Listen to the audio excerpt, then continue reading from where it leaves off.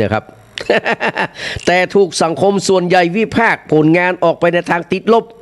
ซึ่งผมคนหนึ่งครับบอกไว้หน้าเหมือนกันกกต.ชุดนี้นะฮะมันคือความเชื่อถือตัวเองนะครับโดยเฉพาะการเลือกนะครับสวนะครับเลือก200สวสูตรพิสดารเจอข้อกล่าวหาหัวกระชอนทั่วประเทศนะครับองค์กรนี้ถูกถล่มโจมตีบะหมี่ชิ้นดีนะครับต้องไปกิน ข้าวเกรียบปากหม้อนะครับข้าวเกรียบปากหม้อที่บ้านเฮียน้อยมาเด้อวัดเกตกระรามบนนะครับนะครับถึงจะหายเด้อนะครับสวชุดนี้นะแม้คณะกรรมการสืบสวนไต่สวนชุดที่26สรุปผลสอบก๊อกแรกมีสวติดบ่วงกรรม138คนและกรรมการบริหารพรรคการเมืองใหญ่และเครือข่ายแห่ง91คนแต่สังคมก็ยังติดตามนะครับจับตาพอว่าเมื่อสำนวนเตรียมส่งขึ้นไปนะครับขั้นตอนของกฎหมายตามขั้นตอนของกฎหมายนะคนเหล่านี้มีโอกาสรอดหรือว่าถูกเชือดล่าสุดปรากฏการณ์มีคนรูปร่างหน้าตาละไม้คล้ายขาใหญ่ในกกต.คนหนึ่งหอบเอกสารปึกใหญ่ไปณที่สถานที่แห่งหนึ่งพบกะปะกับผู้ชายหน้าตาเหมือนนักการเมืองใหญ่ตำแหน่งบ่ใจธรรมดาที่บ่ใจอยู่ในค่ายสีน้ำเงินเอาล่ะพี่น้องทำให้เกิดความเครือบแคลงสงสัยในพฤติกรรมลับๆล่อๆมันก็เป็นจะอีกันนะเนาะเนี่ยคือเปิ้นได้ว่าได้ลำบากนักแก่พี่น้อง ก็ว่ากันไปนะครับนะครับก็ว่ากันไปมาดูสืบเสาะอารมณ์สื่อพี่น้องนะครับสืบเสาะอารมณ์สื่อวันนี้นะครับ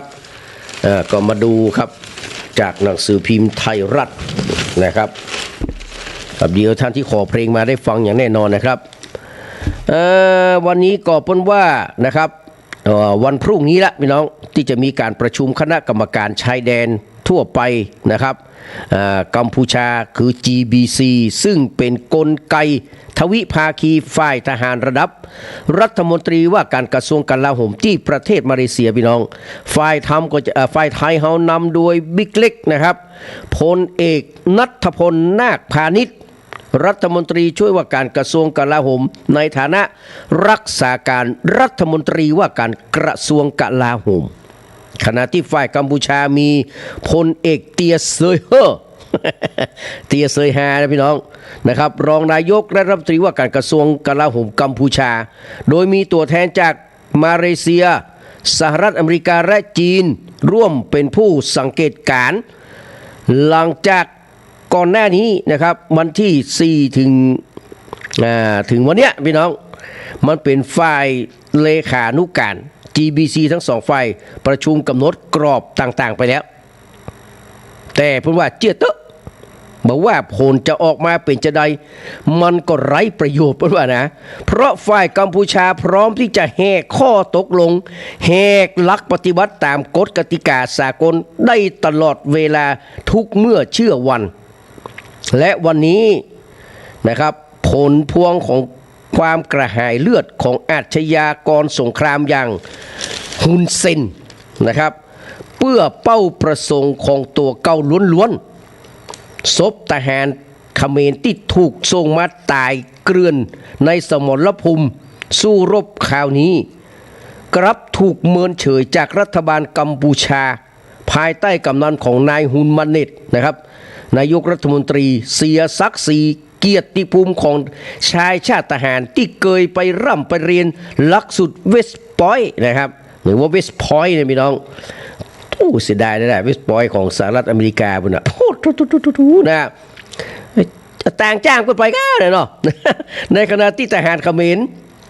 ที่มาตายในฝั่งไทยได้รับการจัดการส่งปิกไปอย่างสมเกียรติแต่ที่น่าสังเวชใจคือฝ่ายกัมพูชาปฏิเสธที่จะหับศพทหารของตัวเก่ากลับไปประกอบพิธีกรรมทางศาสนาพี่น้องโอ้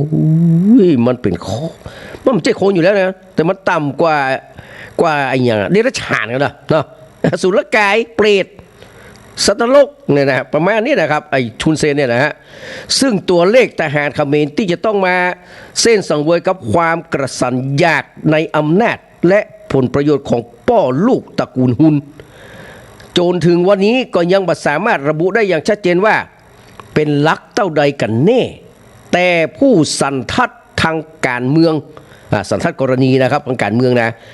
การทหารกัมพูชาระดับเบอร์ต้นๆของประเทศไทยนะครับอย่างหลายคนเนาะเปิ้นระบุว่าแตะหลักหมื่นหรือว่าอย่างน้อยๆก็7-8,000 ศพปดเต้าเมนแต่บึ้งนะครับใครจะเอาเป็นแห่เอาไปดูส่งผลผู้นำตัวป้ออย่างบาฮุนเซนถึงกับออกอาการคลั่งฟาดงวงฟาดงาใส่กู้คนภัยก็บ่สามารถเข้าแน่ติดได้พี่น้องคำเมนก็คือคำเมนของแต้เป็นว่านะวันนี้ฮุนเซนฮุนมาเนตยังลอยหน้าลอยตาทวงถามคอตัว18เฉลยศึกจากไทยพี่น้องแต่กับละขว้างศพทหารที่มาตายเกลื่อนกันเพื่อตัวเก่าไว้อย่างแน่อันเน็ตอันนาด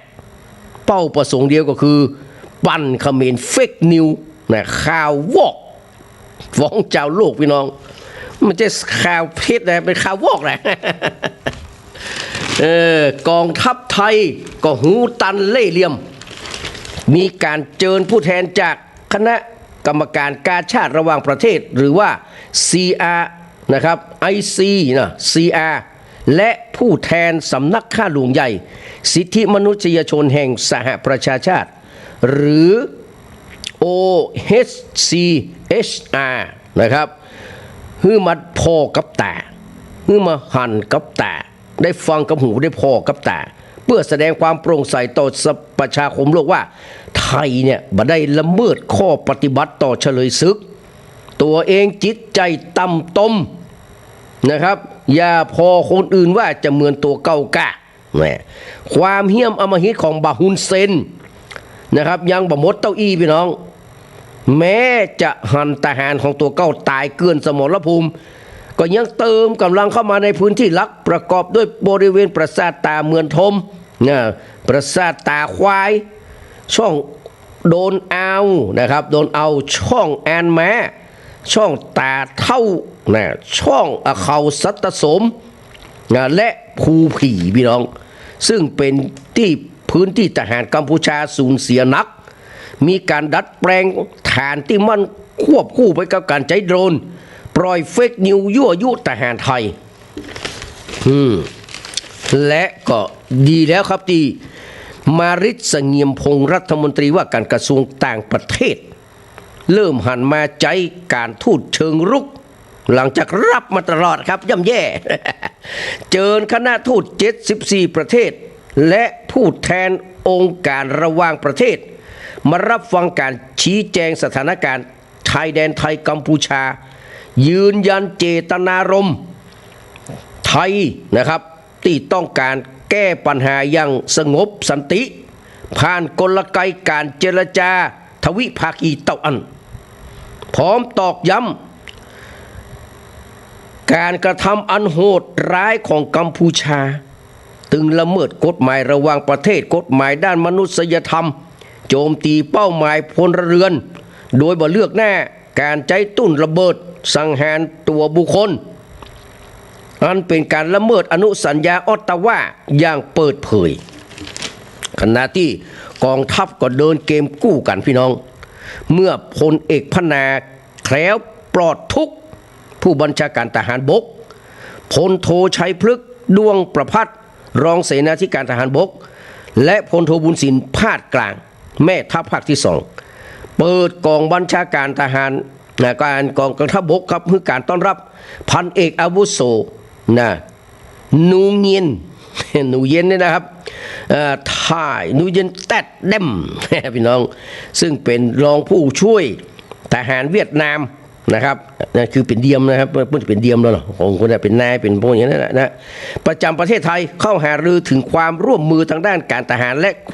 การกระชับความสัมพันธ์ของ2กองทัพให้แน่นแฟ้นคล้อยหลังการเดินทางมาเยือนประเทศไทยของ บุยแตงซึนนะครับรองนายกและรัฐมนตรีต่างประเทศเวียดนามประกาศจุดยืนชัดเจนว่าเวียดนามขอยืนเคียงข้างประเทศไทยและสนับสนุนปฏิบัติการทางการทหารของกองทัพไทยต่อเขมรถูกมองว่าจะเป็นสัญญาเปลี่ยนเกมในสมรภูมิอินโดจีนเมื่อกัมพูชา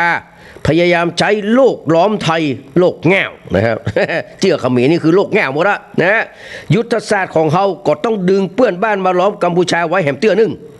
เนี่ยไว้แหมเตื้อนึ่งเนาะเหตุผลที่เวียดนามเลือกยืนเคียงข้างไทยมีหลายตัวกันนะครับโดยเฉพาะเขมรภายใต้ของตระกูลฮูนเซนนี่นะทำตัวเป็นนกลายหัว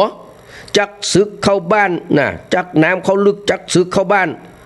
นะครับพยายามเปิดทางให้สหรัฐและจีนเข้ามาตั้งฐานอิทธิพลแข่งขันในฐานทัพเรือเรียมอันกระทบต่อความมั่นคงเชิงยุทธศาสตร์ของเวียดนามโดยตรงการจุดไฟสงครามกับไทยครั้งนี้สั่นคลอนเสถียรภาพภายในอาเซียนที่จะลุกลามเป็นสงครามตัวแทนและไทยเป็นชาติที่รักษาสมดุลนะครับระหว่างมหาอำนาจมาตลอดบ่เอ็นเอียงสุดตรงไปข้างใดข้างหนึ่งทำให้การจับมือไทยนะครับการจับมือไทยบะเสี่ยงต่อการตกเป็นเครื่องมือของไผ่ด้านแสนยานุภาพของเวียดนามก็ถือว่ามีกำลังรบที่ทรงพลังที่สุดแห่งหนึ่งในอาเซียนเครื่องบินรบกว่า200 ลำเรือดำน้ำ6 ลำที่ยังซ่อนตัวอยู่ในอินโดแปซิฟิกนะครับกองกำลังประจำการกว่า4.แสนนายสู่ 4.7 แสนนายปัดกำลังสำรองแห่งกว่า5 ล้านนายที่สำคัญประวัติศาสตร์การต่อสู้ที่ผ่านมาทำให้แม้แต่ชาติมหาอำนาจก็บ่ยากเสี่ยงเหมือนกันนะครับเมื่อเวียดนามขยับจะทำให้ลาวขยับตัวมาเป็นแนวร่วมไทยโดยอัตโนมัติเป็นโอกาสที่ไทยจะสร้างพันธมิตรยุทธศาสตร์ระยะยาวกับเวียดนามและลาวเพื่อปิดช่องฮุนเซนจุดไฟความขัดแย้งไปใจต่อรองผลประโยชน์ขยายอำนาจนะครับสู่รุ่นลูกรุ่นหลานการเลือกหักหลังถึงจีนก็ดีนะครับไปซบมหาอำนาจที่เอาแต่ได้อย่างสหรัฐฝรั่งเศสเพื่อหวังจะกอบโกยแหล่งพลังงานในพื้นที่ยุทธศาสตร์สำคัญนี้อาจเป็นผลกรรมของเขมรกับกรอกอย่างฮุนเซนก็ได้นี่พี่น้องไอ้เขมรมันเนี่ยมาตั้งใดแต่คนไทยเขานี่ไปสนับสนุนเนาะโอ้มันแน่เชื่อเลยนะครับมันแน่จะมีถึงสื่อมวลชนเขานี่นะฮะที่มีแต่อคตินะมีแต่ความเกลียดชังนะครับบักนึกถึงผลประโยชน์ของชาติเนาะอันนี้มันแน่เจ็บใจกว่าด้วยซ้ำไปนะครับอันนี้ก็คือสืบเสาะอารมณ์สื่อในวันนี้นะครับก็พอเวลาละจะต้องล่ำลาบรรดาพี่น้องกันแต่เพลงที่ขอมานั้นนะครับได้เปิดทุกเพลงนะวันพรุ่งนี้ค่อยมาปะกันใหม่โหแดงนิรนามปิกมาแล้วกัน หายหน้าหายตาไปจาดเมินนะฮะเจ้าของสูตรสากลนะครับแดงนิรนามนี่ละฟังอยู่thank you very much นะแดงนิรนามคนรูปรอนะเจ้าของกิจการสูตรสากลนะฮะครับที่สี่บุญเรืองสารปีนะขอบคุณอนุโมทนาเด้อเดี๋ยวจะรับสายเดี๋ยวแป๊บหนึ่งนะครับจะได้ล่ำลาบรรดาพี่น้องไปเนอะแล้วก็จะได้เปิดเพลงเนาะตั้งแต่ของทุนทองใจนะครับมาจนถึงของปานิดาแม่น้อยนะครับหลายคนหลายท่านเนอะทุนทองใจนี่ขอ2 รายป้อจุมพลกับคนดอยสะเก็ดนะแล้วก็ไอ้หนุ่มตังเกนะครับรักเร่นครปฐมใช่ค่ะจากนั้นเขาก็จะได้ฟังเพลงจากสถานีจนกว่าที่ท่านอาจารย์วรินทร์วัฒนพงศ์ศิริกุลนะครับจะได้มาปิดรายการเนอะเดี๋ยวผมจะตั้งเพลงเอาไว้หลายๆเพลงนะครับวันพรุ่งนี้ปะกันใหม่ที่เก่าเวลาเดิมนะครับตัวพวกนี้จะอยู่จนครบน่าจะอยู่จนครบนะครับวันนี้ขอบพระคุณทุกท่านทุกเสียงทุกสายเนี่ยขอบพระคุณเฮียน้อยเฮียขจรวัดเกตนะครับ ที่ได้นำของกินลำๆมาฮือพี่แหนเด้ออนุโมทนาขอฮือประกอบไปด้วยสัพพสิริสวัสดิ์พิพัฒนมงคลอุดมผลเนอจตุรพิธพรชัยทั้ง4ประการอายุวรรณะสุขภรปฏิภาณธนาสารสมบัติยิ่งยินานเจโตปณิธานการงานการเงินการดำเนินชีวิตการประกอบธุรกิจค้าขายคำเกลียบปากหม้อสาคูยัดไส้ที่ล้ำที่สุดในโลกนะจงสำเร็จรุ่งโรจน์โชติช่วงชัชวาลนะครับขอบพระคุณครับสวัสดีครับ